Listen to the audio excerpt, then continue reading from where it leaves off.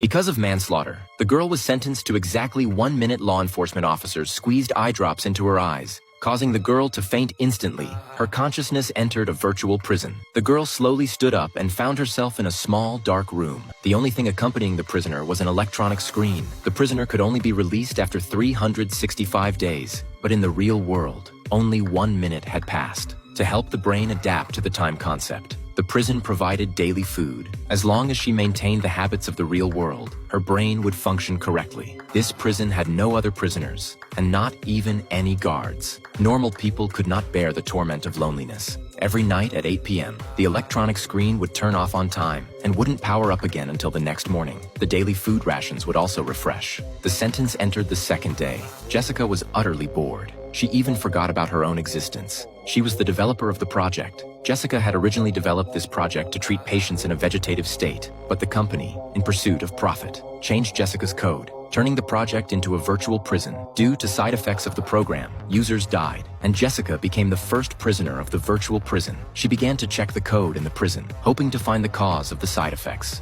Once she had a goal, time passed quickly, and soon it was the last day. Jessica patiently waited for the sentence to end. She waited until the lights out time at night, but the prison doors did not open. Instead, the time on the electronic screen suddenly reset. The sentence was back to the first day. What was going on? Jessica started cursing the company's messed up project. They had even forgotten to write the exit code for the prison. Jessica didn't want to stay another second.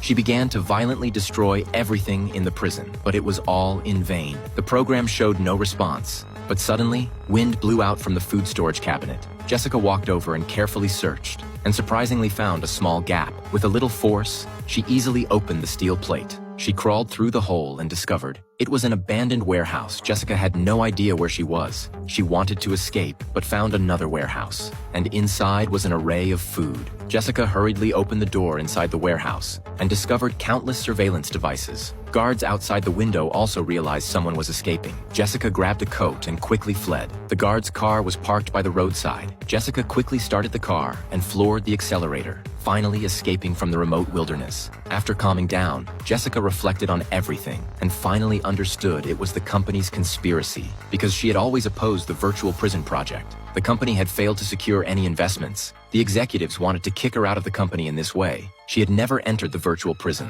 Instead, she had been locked up for a real year. Now the company's virtual prison project was fully deployed, and the company's advertisements were everywhere on the streets. Jessica was furious. She went straight to the police station to report the case. The police record showed she had gone missing a year ago, but the immigration record clearly stated that she had actually lived in Italy for a year. Jessica anxiously told the police everything about the small dark room, but they didn't believe her. After repeated requests, the officers agreed to investigate the scene, but unfortunately, the warehouse had already been completely demolished. All the evidence had been covered up. The apartment where Jessica had once lived had already been rented to someone else. All the research results had been packed and taken by the company. In a desperate situation, the company's executives found Jessica and offered to take her to a safe place, explaining everything to her.